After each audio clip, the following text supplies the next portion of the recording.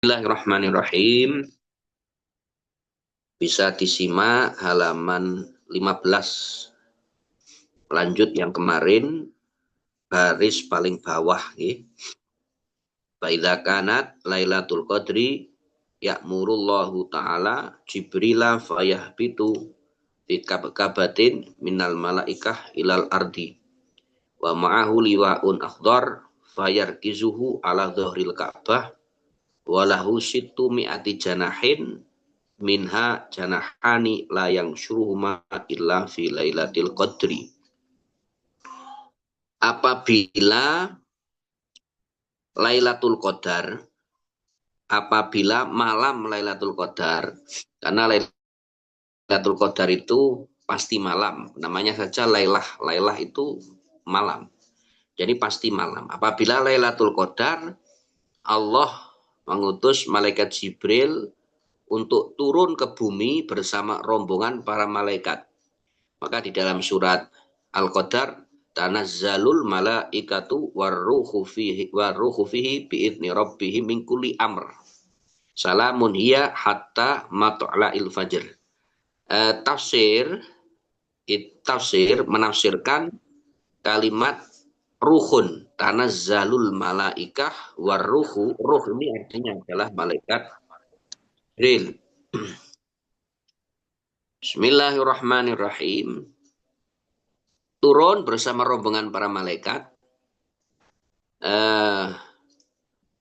Malaikat Jibril ini membawa panji, membawa bendera yang besar berwarna hijau. Kemudian malaikat Jibril ini, bahasa Jawa niku nyubretake utawa itu kata lainnya itu malaikat itu punya. Kemudian dari 600 itu punya 2 sayap yang tidak pernah dibentangkan kecuali hanya di dalam Lailatul Qadar. Bayang syuruhuma tilka lailah fayujawizanil masyrik wal maghrib. Kemudian di dalam malam Lailatul Qadar itu malaikat Jibril membuka kedua sayapnya itu yang khususon di malam Lailatul Qadar. Di mana kedua sayap itu akan menutupi al-masyrik, yaitu ufuk sebelah timur dan ufuk sebelah barat. Artinya corok diterjemah basa Jawa, jagat wetan, jagat kulon kabeh tertutupi oleh sayap malaikat Jibril. Maka nanti di dalam Lailatul Qadar itu, sebagai pertanda Lailatul Qadar, jika nanti siang Lailatul Qadar itu, maka seandainya terik matahari itu kok jenengane sangat terik nggih. Matahari siangnya itu kok sangat terik. Maka terik matahari seolah-olah ada sesuatu yang menghalangi, jadi tidak begitu panas. Zaman saat ini koyo-koyo di greenhouse yang ada plastik UV-nya. Jadi tidak langsung tembus, tidak langsung panas, tapi seakan-akan ada sesuatu yang menghalanginya. Tidak begitu panas, tidak begitu terik. Walaupun seharusnya itu terik, karena memang seandainya tidak ada mendung, cuaca cerah. Wa yab'atsu Jibril al-malaika fi hadhil ummah fa yusallimuna ala kulli qa'imin wa qa'idin wa musallin wa mudzakir.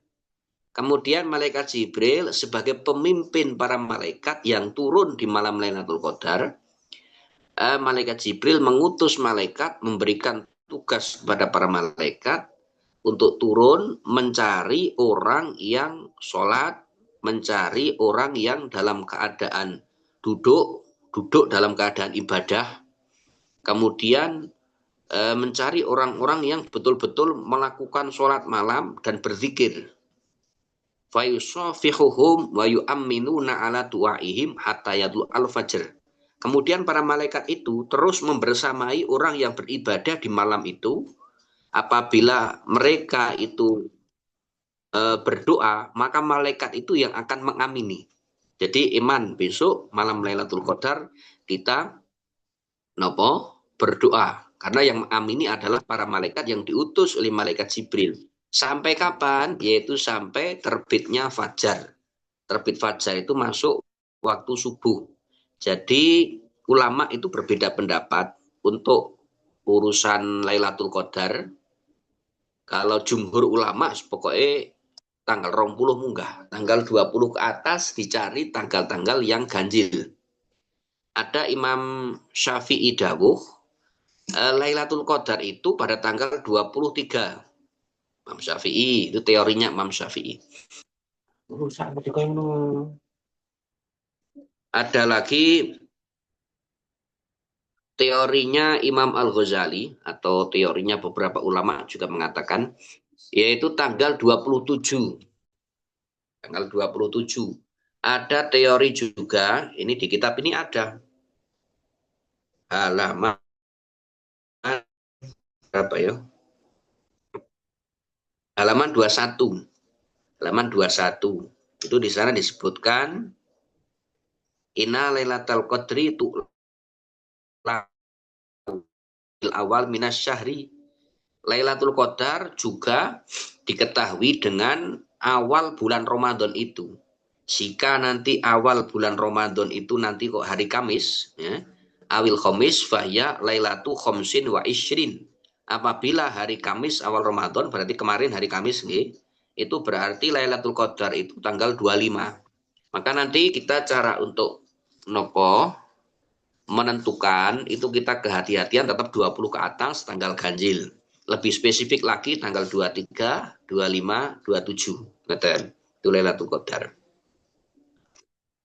Kemudian faida tola al-fajru nada Jibril alaihissalam ya ma'syaral malaikah ar-rahil ar-rahil.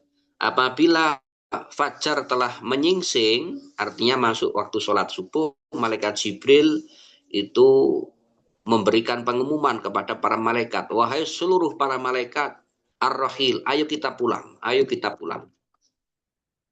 Fayaquluna ya Jibril, ma sana Allahu fi hawaijil mu'minin min ummati Muhammadin sallallahu alaihi wasallam. Kemudian para malaikat itu sebelum mereka pulang, sebelum mereka OTW pulang, maka malaikat itu bertanya kepada malaikat Jibril, wahai Jibril, apa yang Allah perbuat terhadap hajat-hajat orang-orang mukmin dari umat Nabi Muhammad sallallahu alaihi wasallam? Maka Jibril menjawab, fayaqul innallaha ta'ala nadhara ilaihim wa 'afwa anhum wa ghafara lahum ila arba'ah. Allah memandang kepada mereka, Allah mengampuni dosa mereka kecuali 4 orang. Faqalu man haula al-arba'ah. Wahai Jibril, siapa 4 orang yang Allah tidak ampuni di malam Lailatul Qadar? Qala, maka malaikat Jibril berkata, mudminu khamrin wa aqun liwalidah wa qati'ur rahim wa musyahin. 4 orang yang malaikat yang Allah tidak ampuni di malam Lailatul Qadar. Yang pertama adalah mudminu khamrin, orang yang pecandu khamr. Pecandu khamr Allah tidak ampuni. Wa aqun liwalidah, malam Lailatul Qadar dia kok masih mendurhakai kedua orang tua, maka tidak diampuni. Wa qati'ur rahim, dan orang yang memutuskan silaturahim. Yang terakhir musyahin. Musyahin itu apa? Ila ya Rasulullah waman al-musyahin. Kemudian sahabat bertanya kepada Rasulullah, wahai Rasulullah, musyahin itu artinya apa? Dijawab, qala wal musarim, yakni alladhi la yukallimu akhahu fawqa thalathati ayyam. Al-musarim, al-musyahin, yaitu orang yang tidak mau berbicara kepada saudaranya selama lebih dari tiga hari. Jadi apabila kita memang gelo, misalnya gelo, itu tidak boleh piyambak lebih dari 3 hari. Kalau lebih dari 3 hari, walaupun Lailatul Qadar pun dia tidak akan diampuni. Jadi seperti itu. Artinya malam Lailatul Qadar merupakan sebuah malam yang penuh dengan keberkahan, termasuk malam diampuni semua dosa, tapi khusus untuk orang yang Napa? Empat ini, empat. Yang salah satu dari empat itu adalah orang yang tidak mau berbicara kepada saudaranya lebih dari 3 hari, maka orang itu tidak akan diampuni oleh Allah. Wa idza kanat Lailatul Fitri summiyatil kalailah Lailatul Jaizah. Apabila datang malam Lailatul Fitri atau malam Idul Fitri, malam itu dikatakan sebagai Al-Lailah Al-Jaizah, yaitu malam hadiah. Malam Idul Fitri itu dikatakan sebagai malam hadiah karena Allah menghadiahkan ampunan kepada orang yang berpuasa di bulan Ramadan. Yauma waladatu ummuh, sebagaimana dia terlahir dari rahim seorang ibu, tidak punya dosa. Fa idza kana ghadatul fitri yab'atsullahul malaikata fi kullil bilad wa yahbituna ilal ardi fayakumuna ala afwahis sikak fayunatuna bisautin yasma'uhu jami'u ma khalaqallahu ta'ala ilal jin wal ins. Kemudian apabila datang pagi hari raya Idul Fitri, Allah mengutus para malaikat, mengutus untuk turun ke bumi, untuk masuk ke lorong-lorong, untuk menemui para orang-orang, kemudian mereka memberikan pengumuman. Para malaikat ini memberikan pengumuman dengan pengumuman yang semua makhluk ini paham, kecuali manusia dan jin. Fayaqulun ya Muhammad, ya ummata Muhammad, ukhruju ila rabbin karim yu'til jazil wa yaghfiru dzamba al-azim. Wahai umat Muhammad, keluarlah untuk menyambut Tuhan yang Maha Mulia, yang memberikan hadiah yang sempurna dan mengampuni seluruh dosa. Idza barazu ila musallahum yaqulullahu jalla jalaluhu limalaikati. Apabila mereka kemudian berangkat kepada tempat sholat, artinya untuk sholat Idul Fitri, Allah berkata kepada seluruh para malaikatnya yang diutus itu, ya malaikati majazaul ajir idza amila amalah. Wahai malaikatku, apa kira-kira pahala yang akan didapat bagi orang yang beramal terhadap amal soleh? Fatakulul malaikah ilahana wa sayyidana jaza'uhu an tuwafi ajrah. Kemudian para malaikat ini berkata, wahai Tuhan kami, wahai junjungan kami, yaitu Engkau akan memberikan pahalanya sesuai dengan amaliyahnya. Fa yaqulullahu ta'ala fa inni ushidukum ya malaikati anni qad ja'altu thawabahum fi siyamihim wa qiyamihim ridaya wa maghfirati. Maka saksikanlah wahai para malaikatku bahwa aku telah menjadikan pahala mereka di dalam puasa dan sholat malam mereka ridhoku dan ampunanku. Jadi bagi seorang mukmin, pahala terbesar itu adalah ampunan Allah dan ridho Allah. Artinya kita itu sebagai hamba Allah dan kita itu adalah seorang hamba yang pasti berdosa. Seorang hamba yang kita itu tidak bisa memberikan haknya Allah dengan berbagai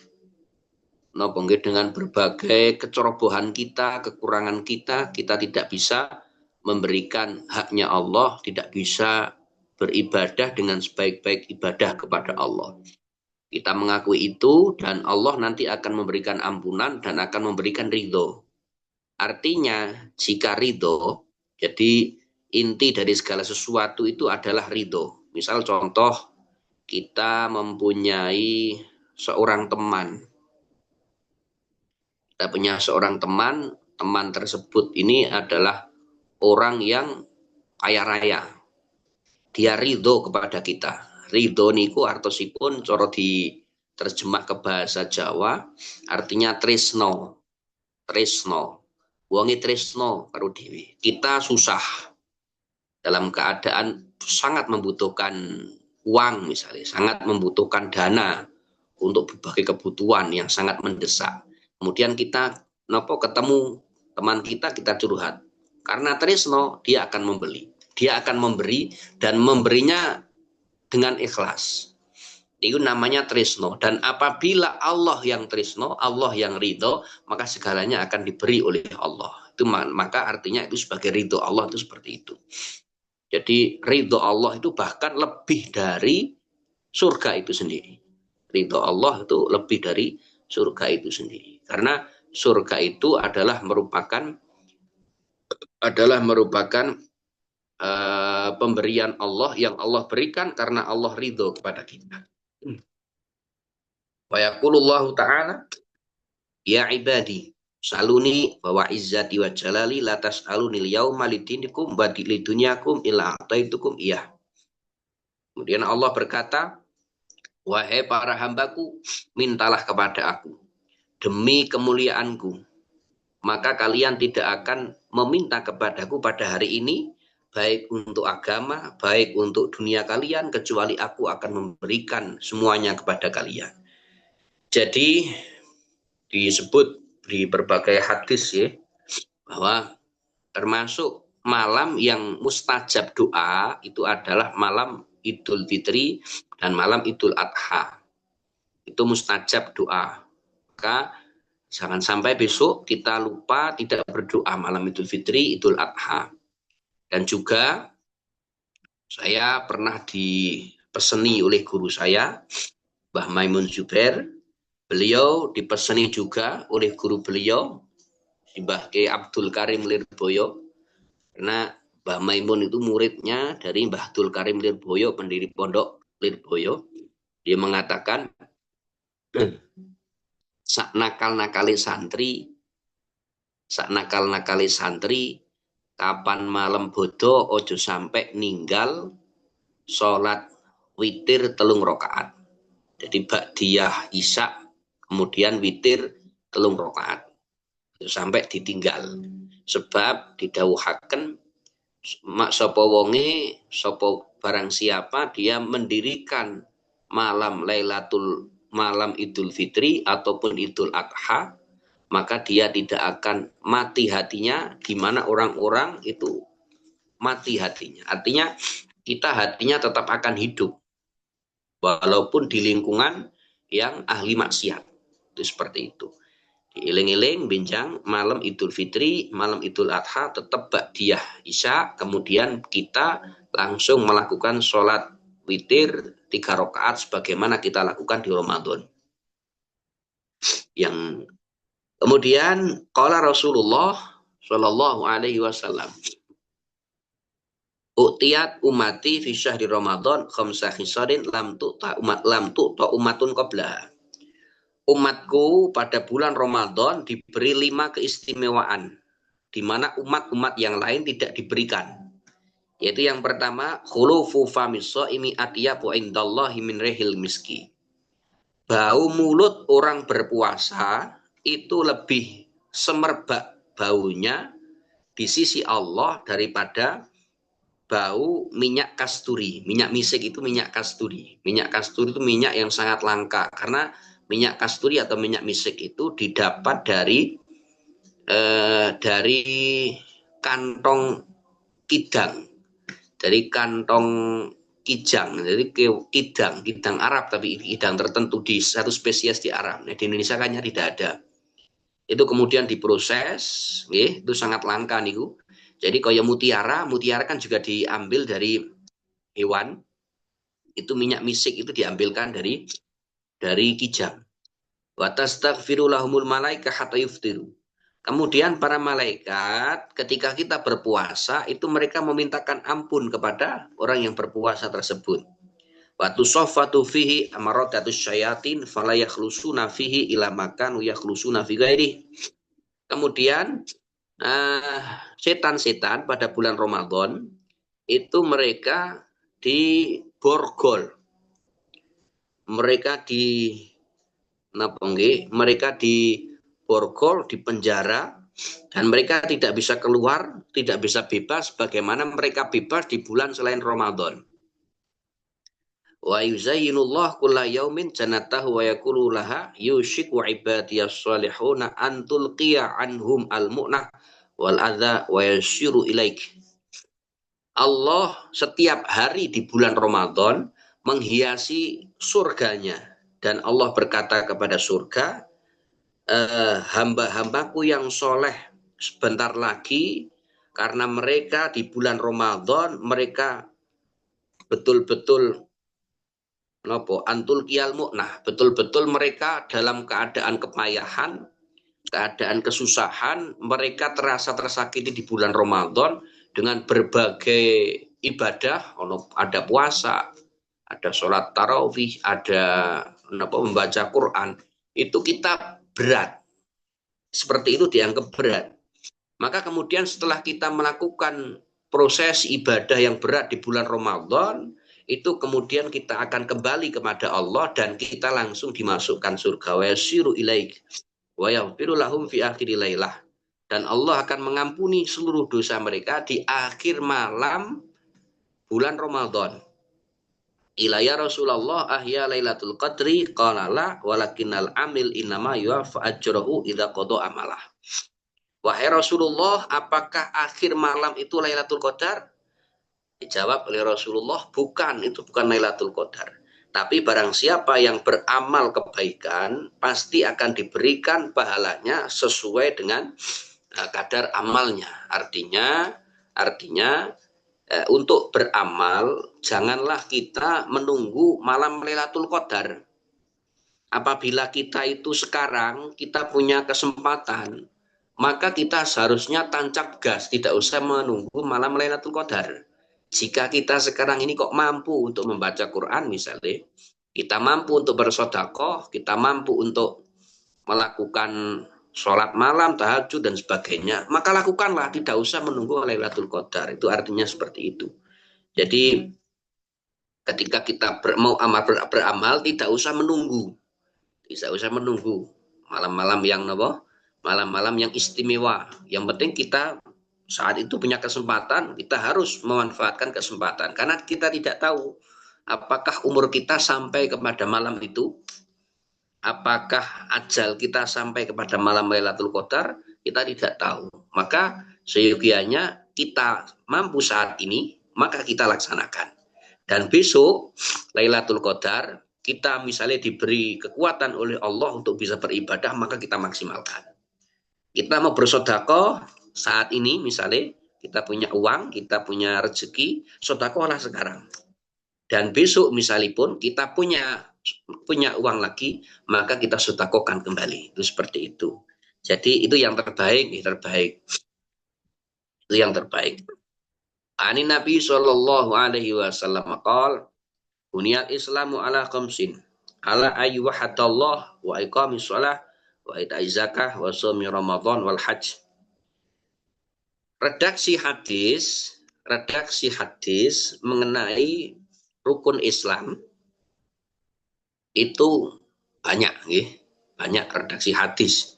Maka berkali-kali saya sampaikan di beberapa majelis, sampaikan di berbagai majelis bahwa redaksi hadis itu sering sekali sering sekali berbeda-beda. Contoh niki tentang rukun Islam. Pertama dikatakan rukun Islam ada 5. Yang pertama rukunnya ala ayyuhadallah, mentauhidkan Allah. Bukan bersyahadah. Ini redaksi ini. Redaksi ini tidak bersyahadah, tapi mentauhidkan Allah. Wa iqamis shalah, kedua mendirikan sholat. Ketiga membayar zakat. Keempat berpuasa Ramadan. Satu redaksi lagi ada yang mengatakan yang nomor 3 itu berpuasa Ramadan, nomor 4 itu membayar zakat. Jadi redaksi beda-beda. Wal haji dan haji. Maka dengan redaksi yang berbeda-beda, itu kita tidak bisa menyimpulkan dengan parsial. Tidak bisa kita menyimpulkan dengan serampangan. Pasti itu butuh teori. Nah, teori itu adalah usul fikih. Dan yang bisa menyimpulkan dari berbagai macam redaksi hadis itu adalah para fuqaha. para fuqaha yang ahli fikih, dan kita belum kapasitas ke situ. Maka kita mengambil dari pentafsiran mereka yang sudah menjadi fikih baku, seperti itu. Bukan seperti mereka, misalnya contoh orang-orang Wahabi, misalnya contoh, atau kadang nun sewu, mohon maaf, orang-orang Muhammadiyah. Itu mereka satu redaksi hadis kemudian langsung ditafsiri sesuai dengan kapasitas mereka. Ini kan repot. Padahal kapasitasnya belum memenuhi. Kemudian mereka mentafsirkan sebuah hadis, ini kan nanti hasilnya repot. Karena belum berkapasitas. Nah, kita tidak. Kita itu mengambil dari berbagai pentafsiran ulama yang kemudian sampai kepada kita sudah menjadi produk jadi. Sudah menjadi produk jadi. Tinggal kita mengkonsumsi itu. Dan kita apabila mempelajari bisa, karena memang pendapat-pendapat mereka beserta dalil hujahnya tertulis di berbagai kitab. Maka di dunia pesantren itu kita ngajinya adalah kitab itu, bukan ke Quran langsung. Maka jargon kembali ke Quran dan hadis itu jargon yang zahirnya baik, tapi isinya itu tidak mampu kita. Isinya itu terlalu ngawur nanti. Sebagaimana seandainya kita ingin meracik obat. Kita ingin meracik obat. Dia tidak bisa meracik obat karena memang belum pernah belajar cara meracik obat dan tidak tahu dunia tentang dunia farmasi. Kemudian dia meracik obat dengan obat campuran kimia dan sebagainya. Akhirnya nanti ya bisa jadi overdosis karena terlalu banyak. Bisa jadi malah menjadi beracun dan sebagainya. Tapi ketika kita itu sebagai orang awam yang bukan ahli kesehatan, bukan ahli kedokteran, bukan ahli farmasi dan sebagainya, maka kita tinggal ke apotek. Kita nembung, kita bilang ke apoteker misalnya keluhan seperti ini, seperti ini, seperti ini, dikasih obat, ada resepnya. Jadi agar tidak salah obat, kemudian tidak terjadi overdosis, itu seperti itu, logikanya seperti itu. Nah, maka kemarin pernah saya sampaikan doa sholat itu redaksinya banyak sekali. Doa-doa sholat banyak sekali. Jadi misalnya doa iftitah itu ada 6. Jadi terserah mau pakai yang mana. Kemudian redaksi ruku, redaksi iktidal, itu bacaan macam-macam sekali. Kemudian atahiyat, redaksinya macam-macam sekali. Dan banyak sekali ketika kita mengkaji sebuah hadis. Ani Nabi sallallahu alaihi wasallam annahu qala man shoma Ramadan wa qamahu imanan wa ihtisaban ufira lahu ma taqaddama min dzambi. Diriwayatkan dari Nabi, barang siapa berpuasa Ramadan wa qamahu, barang siapa berpuasa Ramadan dan dia melakukan sholat di malamnya atau napa nggih penafsirannya dia beribadah di malam Ramadan itu imanan karena iman, wahtisaban dan ikhlas, maka semua dosa yang terdahulu akan diampuni oleh Allah. Dan redaksi hadis ini juga nanti ada yang mengatakan man shoma Ramadan imanan wahtisaban. Ada yang man qoma Ramadan imanan wahtisaban. Dan redaksi hadis yang saya tulis di kitab ini adalah man shoma Ramadan wa qamahu, dari dikombinasikan. Itu seperti itu. Ada itu redaksi, macam-macam redaksi. An Salman al-Farisi radhiyallahu taala anhu. Qal khatabana Rasulullah sallallahu alaihi wasallam akhir yaumin min Sya'ban faqal. Diriwayatkan dari sahabat Salman al-Farisi. Salman al-Farisi beliau berkata, Rasulullah pernah berkhutbah di akhir bulan Sya'ban. Mendekati Ramadan, akhir bulan Sya'ban beliau berkhutbah. Qal ya ayuhan nas innahu qad adzallakum syahrun azimun mubarak syahrun fihi lailatul qadri wa hiya khairun min alfi syahr. Wahai para manusia, sebentar lagi akan datang bulan yang sangat mulia, bulan yang diberkahi, bulan yang terdapat Lailatul Qadar. Jadi Lailatul Qadar niku nggih merupakan malam yang sangat bersejarah. Bagaimana bersejarahnya? Satu, inna anzalnahu fi lailatul qadar. Quran diturunkan pada malam Lailatul Qadar. Inna anzalnahu fi lailatul qadar. Quran diturunkan pada malam Lailatul Qadar. Dan kebetulan saat itu tanggal 17 Ramadan. Jadi bisa jadi Lailatul Qadar itu malam 17 Ramadan. Yang dinas di Quran itu kan seperti itu. Inna anzalnahu fi lailatul qadar. Kemudian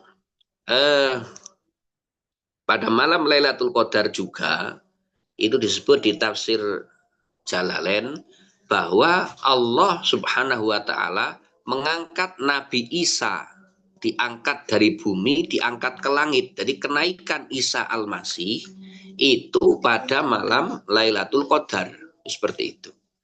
Jadi Lailatul Qadar itu malam yang bersejarah. Tanggal 17 Ramadan itu juga merupakan tanggal yang bersejarah.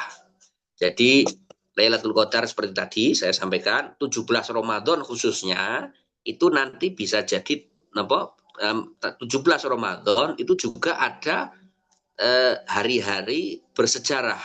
Ada merupakan kejadian-kejadian bersejarah. Yaitu satu, nuzulul Quran itu tanggal 17. Perang Badar itu tanggal 17. Sayyidina Ali wafat itu tanggal 17 Ramadan, Sayyidina Ali. Jadi Sayyidina Ali merupakan khalifah keempat dari Khulafaur Rasyidin. Itu wafat pada tanggal 17 Ramadan, tepatnya itu ketika masuk waktu subuh, sebelum beliau melakukan sholat subuh.